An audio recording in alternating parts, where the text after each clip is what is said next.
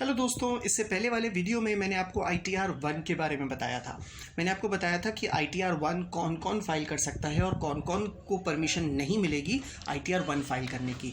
आज मैं कुछ और भी रिटर्न्स के बारे में बात करूंगा। आज मैं बात करूंगा ITR 2 के बारे में और 3 के बारे में। लेकिन उससे पहले ज़रूरी है कि एक बार मैं आपको रिमाइंडर भी दे दूं ITR 1 का। उससे पहले मेरा इंट्रोडक्शन भी ज़रूरी है। मैं हूं CA देवेंद्र रहेजा और आप देख रहे हैं हमारा चैनल, यूट्यूब चैनल। अगर आपने अभी तक इस चैनल को सब्सक्राइब नहीं किया है तो अभी सब्सक्राइब कर लीजिए, जैसे आने वाले इन्फॉर्मेटिव वीडियोस आपको टाइमली मिलते रहें। और इस वीडियो को लाइक भी करिएगा, इसलिए नहीं कि ये वीडियो अच्छी है या अच्छी नहीं है, इसलिए कि मुझे अप्रिसिएशन मिलेगा। Thank you for watching this video.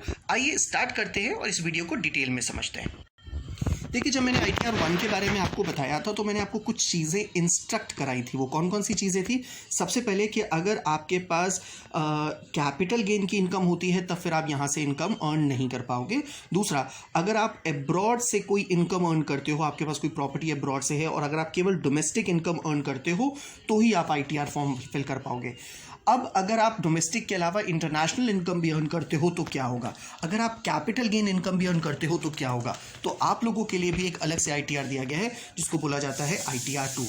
ITR 2 की अगर मैं बात करूं तो अगर आपने प्रॉपर्टी को सेल करके पैसा कमाया है तो फिर आप ITR 2 फाइल करोगे, या अगर आपने कोई इंटरनेशनल इनकम भी अर्न की है तो भी आप ITR फाइल करोगे। और ये जो ITR है ये इंडिविजुअल भी फाइल कर सकते हैं और HUF भी फाइल कर सकते हैं। ध्यान दीजिएगा, जो बातें मैंने आपको 1 में बताई थी, 1 के अलावा अगर आप एडिशनली ये 2 इनकम कमाते हो तब आप ITR 2 फाइल करोगे। ITR 2 में आपको सैलरी का भी हेड मिल जाएगा और हाउस प्रॉपर्टी का भी हेड मिल जाएगा। ऐसा नहीं है कि ITR 1 में जाकर के आप सैलरी की डिटेल दोगे और बाकी की जो प्रॉपर्टी की डिटेल और इंटरनेशनल इनकम आप ITR 2 में दोगे। ऐसा बिल्कुल भी नहीं है। ITR 2 में ही इन दोनों चीज़ों के अलावा एडिशनली 1 की भी चीज़ें ऐड ऑन हो जाएंगी।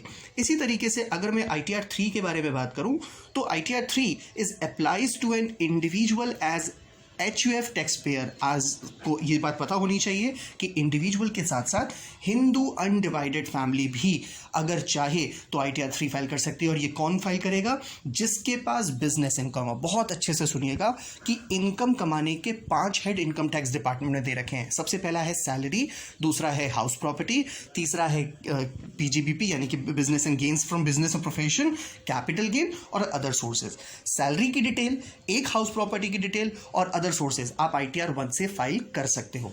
इसके अलावा अगर आपके पास कोई दूसरी कैपिटल गेन होती है या इंटरनेशनल इनकम होती है तो ITR 2 फाइल करते हो।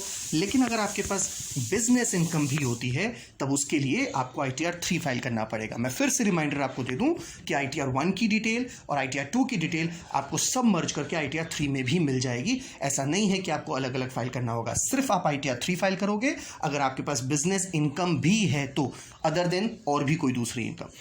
Thank you for watching this video. Have a nice day.